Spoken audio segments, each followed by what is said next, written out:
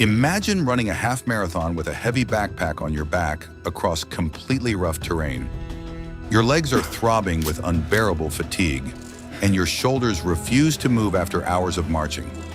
Most people today would simply collapse onto the couch and sleep for days on end in such a situation. But if you were an ordinary Roman legionnaire, your real work was only just beginning. Every evening, regardless of the weather, fatigue, or the number of kilometers marched, the army built a fully fortified city.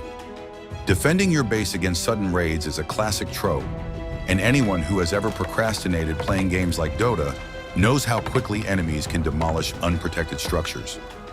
But Roman soldiers didn't have the option to hit pause, hide behind a monitor screen, or restart a failed level.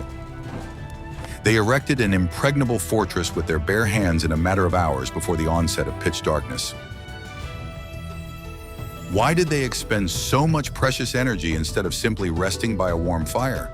Because sturdy walls meant a peaceful night's sleep and the physical survival of the entire massive army in the wild. It sounds like complete madness, especially when your muscles are already burning from the day's extreme exertion, but it was precisely this paradoxical strategy that made them the most invincible military machine of the ancient world. But here's where it gets really interesting, because the construction process wasn't just about chopping wood or digging the ground. It was a cold, mathematically precise algorithm that the army carried out on full autopilot day after day.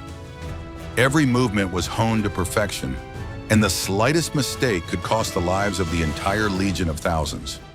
Now we'll see exactly how this city grew literally out of nothing in the middle of hostile territory.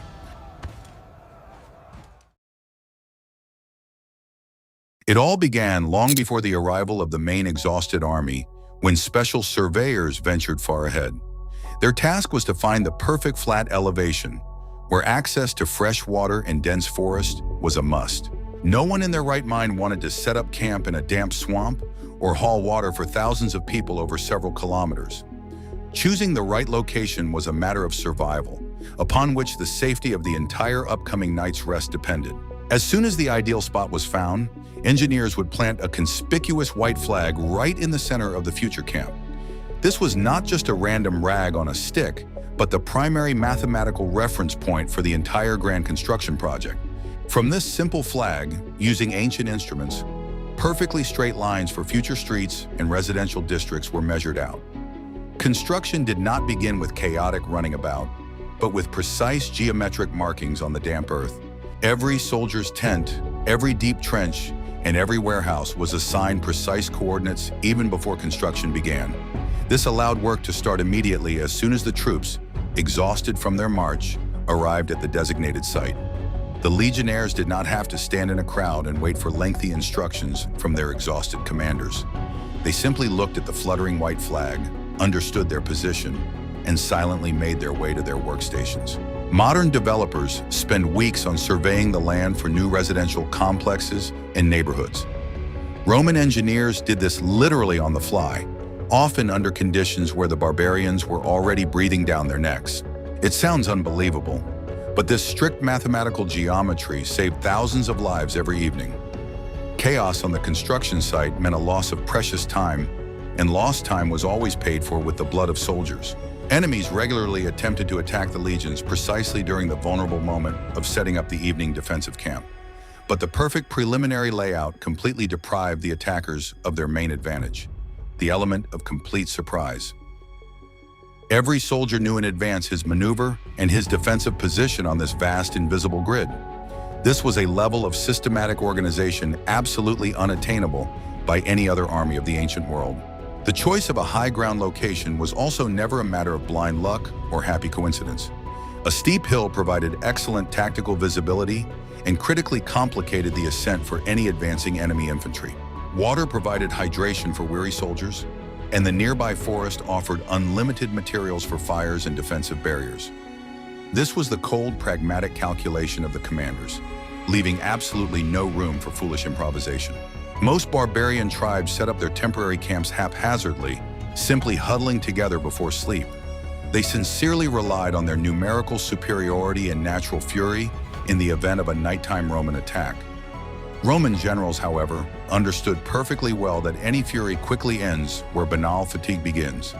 Therefore, they relied not on the emotions of the crowd, but on a strict mathematical system of collective survival. That very white flag at the geometric center of the camp was officially called the Praetorium in the Roman army. It was precisely at this spot that, a little later, the enormous command tent of the legion's commander-in-chief was erected. All the main roads of the camp converged like rays toward this center, ensuring ideal internal logistics and communication. It was literally a miniature Rome that moved on foot from one place to another every day. Ancient surveyors risked their lives greatly by venturing so far from the protective cover of the heavy infantry. They were usually accompanied only by a small detachment of elite cavalry for minimal protection against sudden ambushes in the forest. If these scouts were killed along the way, the entire legion of thousands could be left without organized lodging for the night. But this ancient system worked so flawlessly that fatal logistical failures were extremely rare. Imagine what it's like to watch from the bushes as a perfect city rises out of nowhere in the middle of a wild forest. To many unprepared barbarians, this process looked like terrifying magic or the direct intervention of powerful gods. In reality, it was simply hard, methodical physical labor and ingenious field military engineering. The Romans subdued the wild landscape much faster than the enemy even had time to realize it. Without exception, every Roman camp was built on an absolutely identical square or rectangular grid. Whether they were in the deserts of Africa or the cold forests of Britain, the plan remained the same. It was always a perfect geometric outline, as if stamped out across the entire vast empire. The only thing that varied was the final scale of the structure, depending on the number of legions present on the march. This strict standardization was based on an absolutely brilliant and pragmatic psychological calculation. Legionnaires, exhausted after the march, did not have to search for their place in the dark or ask for directions. Once inside the camp, every soldier could find his way around as easily as in his own home. The brain simply did not waste precious energy on making unnecessary decisions in the stressful evening environment. An ordinary soldier always knew exactly where his tent, the command headquarters, the hospital, and the food depots were located. Even the latrines and stables were situated in the exact same spots for decades on end.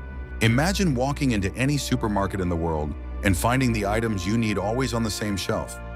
That is precisely the level of comfort and predictability the Roman engineering machine created for its people. Such total predictability completely eliminated panic and chaos during nighttime construction under the threat of attack. If an alarm sounded, the legionnaires could run to the designated assembly point with their eyes closed. In complete darkness, they moved instinctively, without bumping into other tents or carts carrying heavy weapons. This gave them a huge time advantage over enemies who often got lost in their own forest encampments. Even the medic's tent was always located in the quietest and most protected sector of this mobile city. Wounded soldiers did not have to be dragged across the entire camp through crowds of fighters marching to their positions. Doctors could work in peace, knowing that enemy arrows could not physically reach their remote section. This was a level of logistical care that modern armies only rediscovered in the 20th century.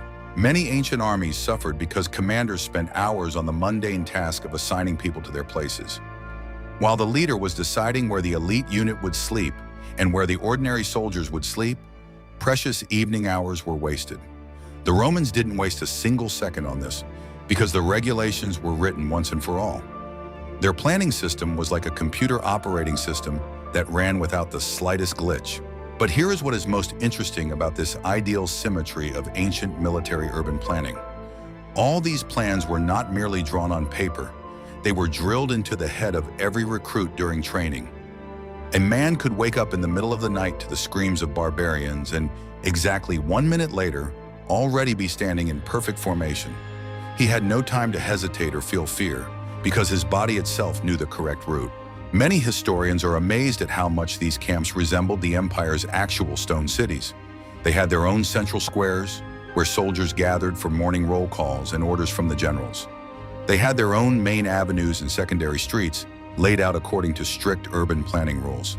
They literally brought civilization on the soles of their sandals right into the heart of wild, unexplored lands. Enemy spies who managed to sneak inside often went mad at the sight. They expected to see a crowd of tired, dirty people, but instead they saw a perfectly functioning mechanism. This psychological effect crushed the will to resist even before any actual bloody conflict began. Geometry functioned as a psychological weapon, proving the superiority of the Roman mind over primitive chaos. That is precisely why the standard camp layout became one of the main symbols of the legion's invincibility. There was no room in it for individuality or the creative impulses of eccentric commanders. Instead, it offered a 100% guarantee that the army would survive yet another cold night. And for the sake of that guarantee, the Romans were prepared to reshape the landscape to their standards every evening. In the extreme conditions of enemy territory, the army never undertook earthworks with its entire force. That would have been pure suicide, since the barbarians often watched them from nearby bushes. Commanders understood perfectly well that an unarmed man with a shovel was an ideal and easy target for an ambush. Therefore, the Romans developed an ingenious system of division of labor that saved them from sudden annihilation.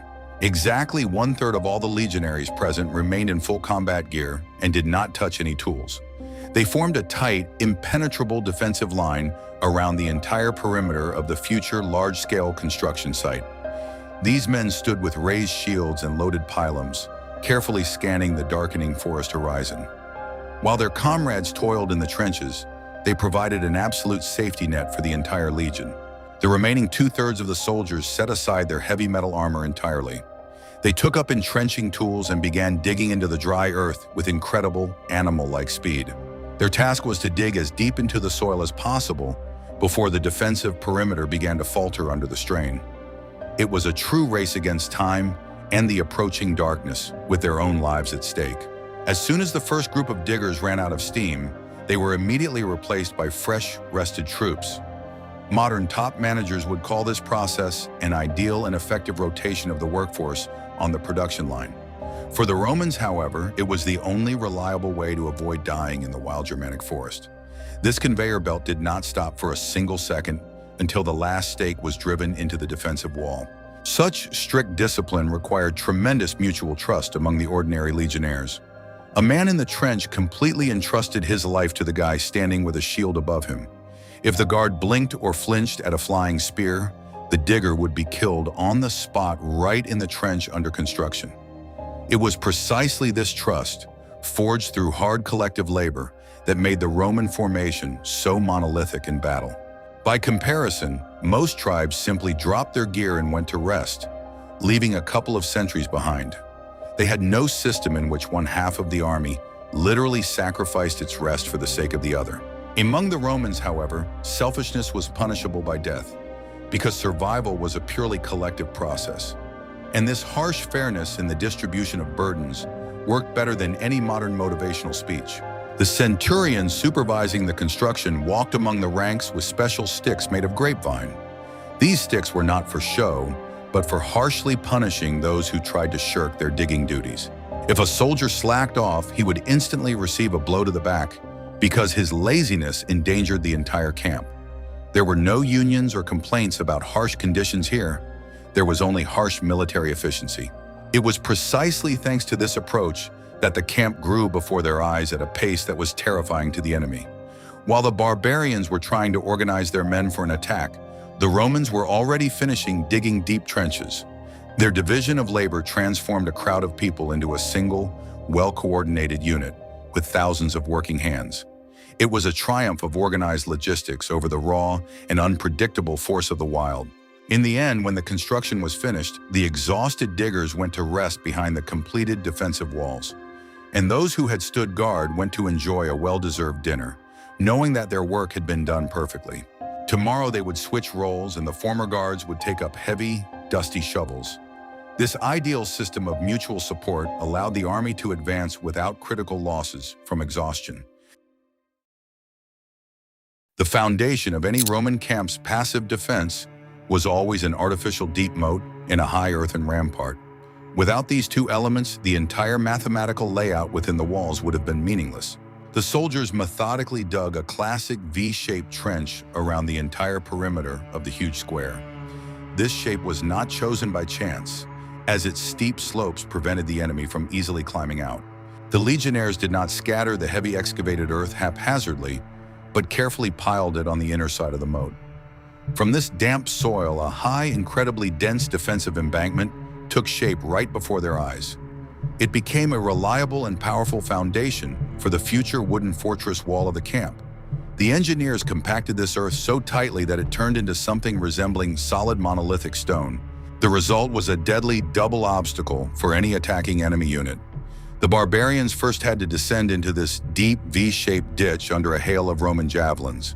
And then once in the pit, they had to scramble up a slippery, sheer earthen wall. This completely slowed down the attack and deprived the infantry of its main advantage, the force of a frontal ramming charge. Modern armies still actively use this ingenious principle when constructing trench lines.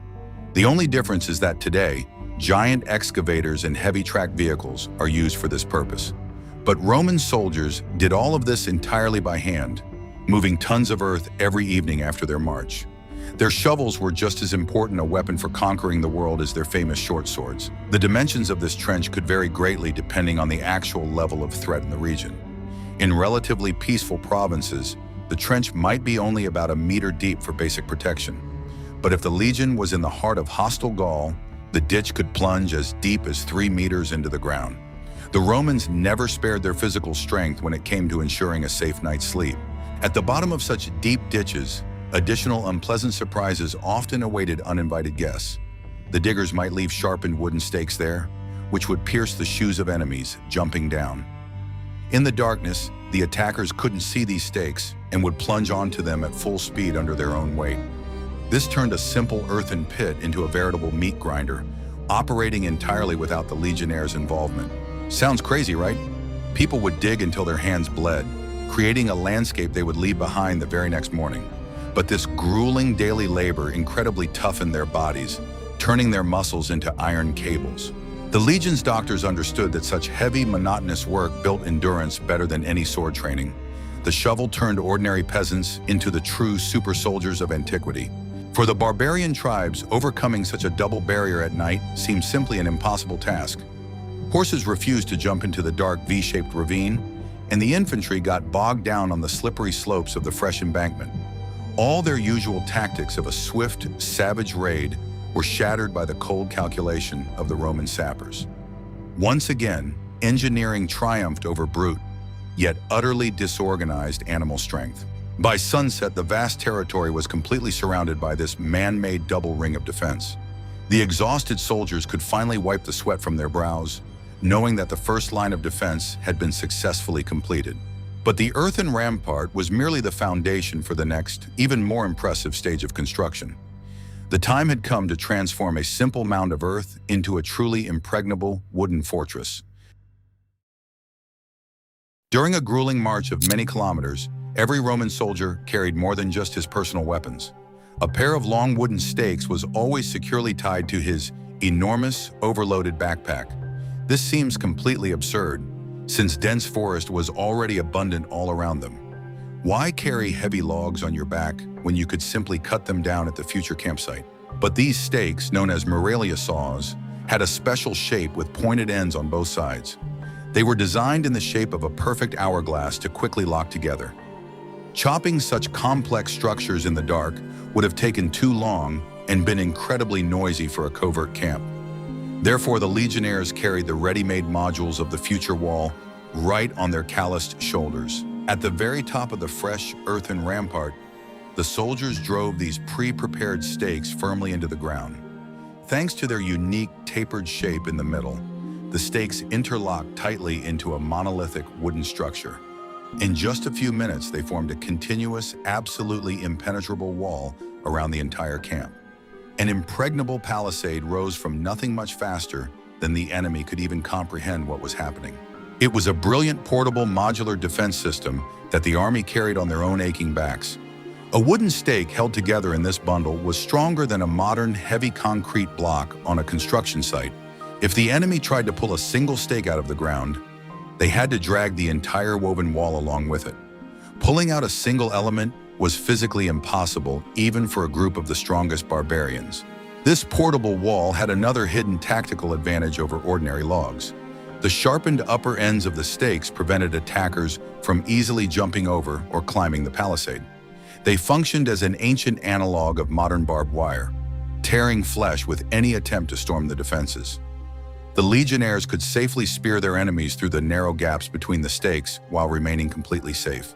Modern special forces also frequently use modular portable shelters for rapid base deployment, but they transport them in heavy armored trucks rather than carrying them on foot for hundreds of kilometers. A Roman legionary was his own truck, crane, and assembler all rolled into one. Their endurance is mind-boggling since the weight of those two stakes added a hefty few kilograms to their gear. Imagine the surprise of an enemy scout who had just seen an empty hill with a lone flag. And within an hour, that hill was surrounded by a jagged wooden wall, bristling with sharp pylons. Such speed in erecting fortifications completely demoralized the enemy, robbing them of any hope of success. The Romans demonstrated that they controlled not only the battlefield, but also the very passage of time around it. Interestingly, soldiers could face severe punishment for every stake driven in crookedly or secured too loosely. Centurions personally tested the wall's strength by kicking it with all their might in their heavy, iron-shod sandals. If the palisade wobbled, the unit responsible was forced to rebuild the entire section from scratch in complete darkness. In Roman engineering, there was no room for the phrase "good enough," only absolute perfection. In the end, the portable palisade completed the creation of an impenetrable barrier between the weary army and the wild world. Now the legion was inside a secure shell that protected it from the nightmares of Gaul or Britain. They could finally take off their heavy, dusty helmets and begin setting up their living quarters. The city was protected from the outside. It was time to breathe real life into it from within the walls. While half the army dug the ground and drove in stakes, the others were actively setting up sleeping quarters. The Roman military tent, or contubernium, was a true engineering marvel made of thick tanned calf skin. Each 8-man squad set up its mobile home in a strictly designated spot on the grid. These men lived, ate, and slept together, forming the smallest but strongest unit of the vast legion. This heavy leather roof protected the legionnaires just as reliably as the thick fur of a street dog in a winter blizzard. The material was incredibly durable and completely waterproof, even during the longest British downpours. Inside, it was always dry and relatively warm, even though an icy storm might be raging outside. A good night's sleep in dry clothes ensured that tomorrow the soldier would be able to swing his heavy sword again. Between the neat rows of these tents, engineers deliberately left very wide and spacious gaps. This was done not for aesthetic reasons, but to prevent a catastrophic spread of fire throughout the camp. If the enemy fired flaming incendiary arrows from the woods, at most 1 or 2 leather tents would burn. The fire simply could not spread to neighboring dwellings due to the large artificial distance between them.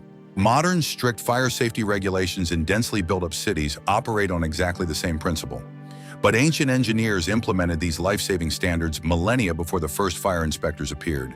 They understood that a fire inside a dense wooden camp could cause more damage than an entire army of barbarians. Therefore, they isolated potential fire hazards during the mathematical planning of the streets. Leather tents were incredibly heavy, and carrying them on one's back during a march was simply impossible. Therefore, for their transport, each unit was assigned a special pack mule from the Legion's massive supply train. The mule carried the tent itself, heavy wooden stakes for it, and a hand mill for grinding the daily grain. If the animal died along the way, 8 soldiers had to carry all that weight on their own backs. There was critically little space inside the tent, and the legionnaires slept in cramped quarters, pressed tightly against one another. But on cold German nights, this closeness became their main salvation from frostbite while they slept. Body heat, trapped beneath a thick layer of calf skin, served as an excellent natural heater. Moreover, comrades were always nearby, ready to wake you at the first sounds of a nighttime alarm. Every morning, these tents were methodically taken down, tightly rolled into bundles, and loaded back onto the mules. This process, too, was timed down to the second so that the army could leave camp immediately after dawn. No fuss or lost pegs. Every soldier knew his task when packing up the communal shelter. The speed of packing was just as important as the speed of building fortifications the previous grueling evening. Interestingly, the tents of the centurions and generals were much larger and made of higher quality materials, but even they were subject to the general fire safety rules and were set up in strictly designated grid locations. The law of survival was the same for everyone, from a simple beardless recruit to a celebrated legate in shining armor. Fire and enemy arrows made no distinction between military ranks in the nighttime chaos of battle. Once all the tents were set up, the camp finally took on the appearance of a real residential neighborhood.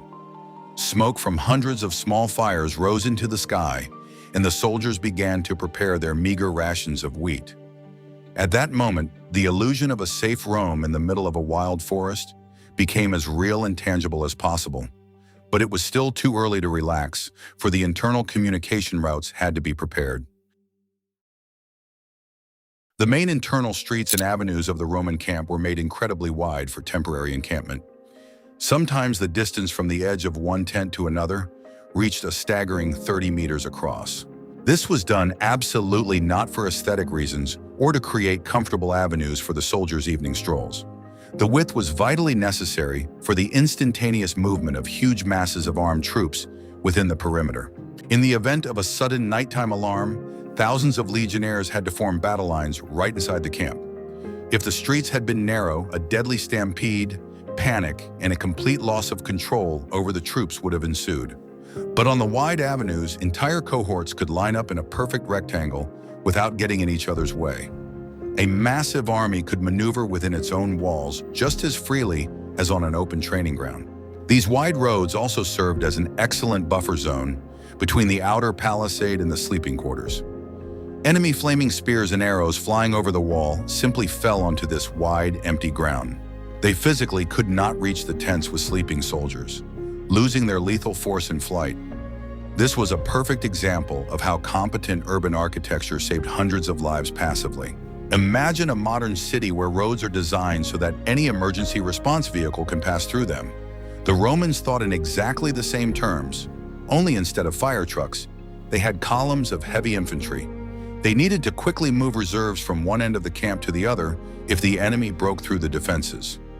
Wide, straight streets allowed them to do this at a run in a couple of minutes without the risk of stumbling in the dark. The camp's main street, Via Principalis, cut right through the entire city and led to the main gate. It was along this street that the troops marched out to battle in the morning and returned with trophies in the evening. It was so level and well-trodden that mounted couriers could race along it at tremendous speed. No cart or abandoned barrel dared to block this critically important logistical artery. This open layout also played a huge role in maintaining basic sanitation for the massive crowd. Fresh air circulated freely between the rows of tents, carrying away smoke from campfires and unpleasant odors. Epidemics were far more terrifying to ancient armies than enemy swords, claiming thousands of lives in a matter of days. The ventilation of the streets helped reduce the risk of infection spreading among this dense, marching crowd. Barbarians, accustomed to their cramped and tangled forest encampments, often got lost in this spacious camp.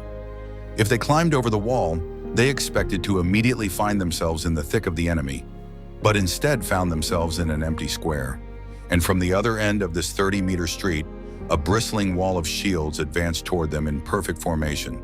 The Romans used the space as a trap where the enemy had not a single chance to maneuver. Many commanders of other armies were amazed at how much empty land the Romans enclosed with a defensive wall. It seemed to them an inefficient waste of the laborer's strength, who had to dig a longer trench. But Roman military strategy always looked several moves ahead, sacrificing the present for the sake of future maneuverability. Their camp was not merely a shelter, it was a gigantic staging ground for preparing a crushing counterattack. As a result, the wide streets turned the camp into a perfectly tuned machine for killing uninvited guests. Every meter of space worked toward victory, from the deep moat on the outside to the empty buffer zones on the inside. The legion was ready to repel any threat without leaving its zone of tactical comfort, but sometimes even such serious precautions were not enough against particularly cunning enemies. In particularly dangerous conditions, such as the wild forests of Germany, the Romans did not limit themselves to just a moat and a rampart. They understood perfectly well that superior enemy forces might attempt to take their fortress by a brazen mass assault. Therefore, in front of the main approaches to the camp, sappers prepared entire fields of deadly and completely invisible surprises. The engineering ingenuity of the legions transformed the very ground around the encampment into a cruel and merciless defensive weapon. The soldiers dug hundreds of small, deep pits, arranging them in a strict checkerboard pattern. At the very bottom of these wolf pits, wooden stakes, sharp as razors and scorched over a fire, were driven in tightly. From above, these diabolical traps were skillfully camouflaged with thin branches, dry grass, and a thin layer of local soil. They blended completely into the surrounding forest landscape, becoming invisible even in broad daylight. In the darkness of night, advancing enemy infantry or heavy cavalry would inevitably fall into these hidden pits. A foot would get caught in the trap, and the man with all his immense weight would impale himself on the wooden stake protruding from below. This was accompanied by blood-curdling screams that sowed panic among the ranks of disorganized barbarian warriors following behind. The attackers' battle formation collapsed hopelessly even before they reached the outer walls. The Roman legionaries possessed a dark sense of humor and affectionately called these gruesome traps lilies. They earned this name because of the pit's visual resemblance to a blooming flower with a deadly pistile protruding from its center. These flowers grew in dense fields in front of the most vulnerable sections of the defenses, turning the ground into a minefield. Modern infantry mines operate on exactly the same psychological logic of suppressing the enemy's will. There was another type of trap that the Romans cynically dubbed stimuli or inciters. These were thick wooden blocks with sharp iron hooks protruding from them in all directions. They were buried completely in the ground so that the hook barely rose above the surface, hidden by grass. When an enemy stepped on such a hook, it pierced the foot right through, pinning the person firmly to the spot. Imagine the horror of a barbarian commander who sends his best men on a nighttime assault against the camp.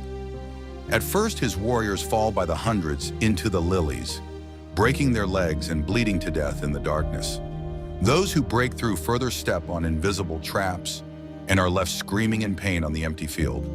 And from behind the palisade, a dense, deadly hail of heavy pilums and flaming arrows is already raining down on them. Of course, before the camp left this place, all these ingenious traps had to be neutralized. The Romans did not want friendly patrols or local peasants to accidentally fall into their own traps. The stakes were pulled from the ground and the pits were filled in tightly, restoring the landscape to its original, safe state. This was the Roman approach to the ecology of war. Kill effectively, but clean up the deadly debris. Many historians believe that it was Julius Caesar who brought the art of creating these traps to absolute perfection. During the famous siege of Alesia, his legions surrounded themselves with dozens of kilometers of such surprises. The Gauls outnumbered the Romans by nearly 5-1, but were unable to break through this field of death. Engineering proved once again that a commander's sharp mind trumps the brute physical force of a mob. As a result, the camp turned into a bristling hedgehog that was physically painful to even approach. It defended itself from a distance of tens of meters, giving the defenders a colossal tactical advantage in time. The soldiers could calmly dine by the campfires, listening as the night forest filled with the sounds of snares snapping. But the Romans' greatest achievement was not even the defense itself, but the incredible speed with which it was erected. The process of erecting an entire fortified city in the middle of the forest had been perfected by the legions to a state of absolute, terrifying automatism. The harshest military discipline and daily bloody drills did their job better than any modern motivational training. A fully functional, secure base for 5,000 armed men was built in just 3, at most 4 hours. And this happened every evening after the men had already marched several dozen kilometers on foot carrying their gear. Many of us spend enormous resources on time management, simply trying to plan our ordinary workday. We draw up fancy schedules to force ourselves to sit productively at the computer for at least 6 to 8 hours. But the Roman legionnaires had a strict natural deadline before sunset, and they met it perfectly without any planners. The price of their procrastination was not a reprimand from a superior, but severed heads in the night forest. The soldiers worked in complete, almost deathly silence, like perfectly oiled cogs in a single giant mechanism. The only sounds in the air were the centurion's terse commands and the rhythmic, dull thud of entrenching tools striking the ground. No one discussed orders, complained about blisters, or asked for a break to smoke or eat. This eerie silence frightened the barbarians more than the loudest battle cries of their own tribes. By the time deep night fell, the exhausted but satisfied army was already sleeping in complete safety behind the sturdy walls. This incredible speed of construction was their most important and powerful tactical advantage in any protracted war. The enemy simply did not have time to gather forces for a counterattack before the Romans were already sitting in an impregnable fortress. They moved slowly across the map, but each of their steps was unyielding and left no chance for a counterattack. Modern logisticians marvel at how the supply of materials was organized for this daily, massive construction project. Tools were handed out in seconds, earth was moved without delay, and stakes were driven into the ground with mathematical precision. Every legionnaire was as much a professional builder as he was a professional killer. Their hands wielded both the short gladius and the heavy wooden shovel with equal mastery. It sounds crazy, but sometimes commanders ordered the construction of a camp simply to keep the soldiers busy. Idleness was considered the main enemy of discipline, so the legions often dug trenches in completely safe provinces. This kept them in peak physical condition and prevented their muscles from forgetting the mechanics of the work.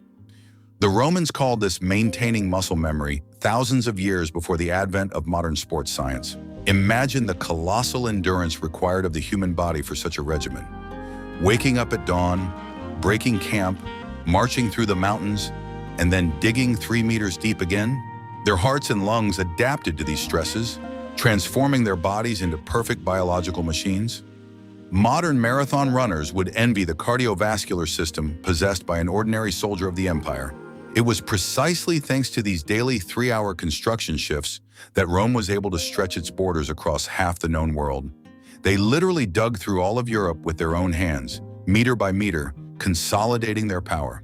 The camp was not merely a staging ground, it was a physical manifestation of Roman power on foreign soil. But this power had one strange and frightening rule concerning the fate of the camp itself. In the morning, as the sun rose over the perfect city, a bugle call sounded to signal the start of a new march. The soldiers woke up, packed up their tents, and lined up on the wide streets, ready to continue their journey. But before they left, they had to do something that seemed to the barbarians like the height of absolute madness. The time had come to destroy everything they had worked so hard to build the night before. Early in the morning, the camp came to life, and the vast legion prepared to continue its long and perilous march. If the army was leaving for good and the command had no plans to return to this place, the fortress faced a grim fate. The Romans never, under any circumstances, left their completed fortifications to local hostile tribes. It was an ironclad, unbreakable rule. The enemy must never use our hard work against us. The portable wooden palisade, which the legionaries had assembled with such difficulty the day before, was methodically dismantled into its components. If it was impossible to take the stakes with them due to logistical constraints, the entire wooden wall was simply set ablaze. Huge earthen ramparts were shoveled back into the deep moat, completely and mercilessly leveling the terrain. The legion was leaving behind only black, scorched earth and an empty, lifeless forest wasteland. Just a few hours ago, this very spot had been teeming with life and had been home to a fortified mini-city.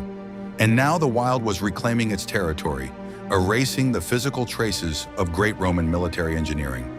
This principle of total and methodical destruction instilled in the pursuing barbarians a real, mystical, and paralyzing terror. They arrived at the Romans' encampment and found nothing but dug-up mud and ashes. For many soldiers, the destruction of their own creation might have seemed like a psychological blow after hard labor.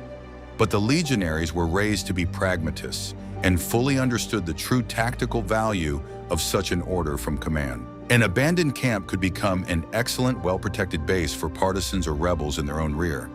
By demolishing the walls, they deprived the enemy of cover and ensured the safety of their own supply lines. It sounds like a scene from a post-apocalyptic movie, but for the legions, it was a mundane morning routine. Destroying the camp took far less time than building it, since demolition is always easier. The soldiers worked with the same terrifying synchrony, filling in the trenches and leveling the ground under precise commands. It was the final act of their night's stay, after which the army dissolved into the morning mist. Sometimes, if the Legion planned to return here in a couple of weeks, they might leave only an earthen rampart. But the gates and wooden superstructures were always destroyed so that no one could barricade themselves inside this fortress. The Romans were masters of this land only when they stood upon it in their studded sandals.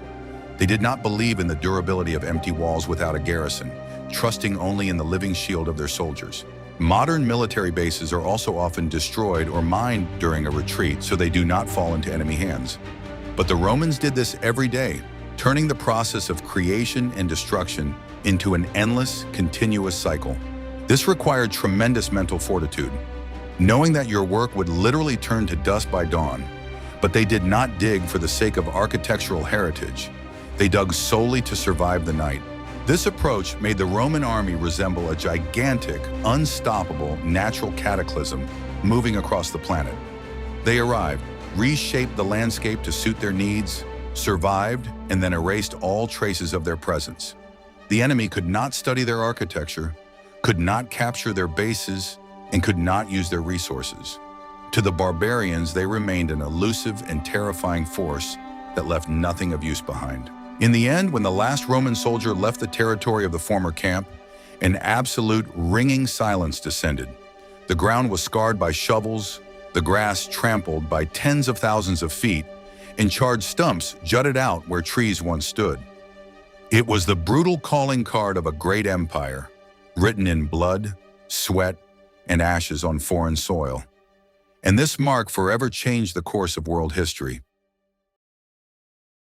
The Roman army conquered half the known world absolutely not through magic or some mythical secret superweapon. Their main secret always lay in the ordinary shovel, iron discipline, and incredible superhuman physical endurance. While other great nations relied on blind luck or the favor of the gods, the Romans built their security with their own hands. They transformed the chaotic process of survival on the battlefield into a precise, cold science that functioned flawlessly. Modern sports and military science have only recently begun to grasp the true scale of their physical achievements. What seems to us like an impossible strain was for them just another grueling shift at work. They didn't leave behind many wooden walls because they burned most of them themselves. But they left a legacy that proves perseverance and discipline can change the landscape of the entire planet. And the next time you think your work schedule is too packed or task is impossible, just remember those guys in leather sandals who marched all day and then built a city. They didn't have energy drinks, warm jackets, or comfortable mattresses, but they had a perfect system. It sounds crazy, but it was the shovel, not the sword, that actually conquered that ancient world.